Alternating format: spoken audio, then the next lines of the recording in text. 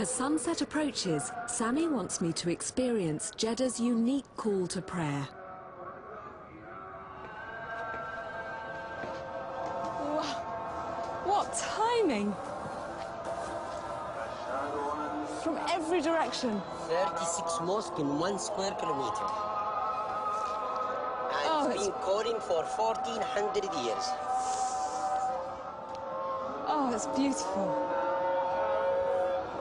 And it is the same word from the time of the Prophet. And look, people closing their shops, and everybody is going to pray. Look, they're closing. Just magical. Thank you. You're very welcome. It's such an incredible sight and sound that I find myself completely overcome. And soon they will be reading Quran, and maybe one of them will be reading the story of Jesus and Mary, because it's in the Quran, and Moses. Look at the shop they're closing to go to pray.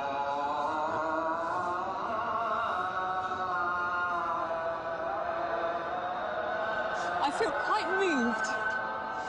It is a nice experience. Beautiful.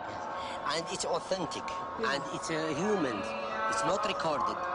So each guy is calling. And in the past, 100 years ago, before the introduction of the microphones, they used to go all the way to the top, and he calls.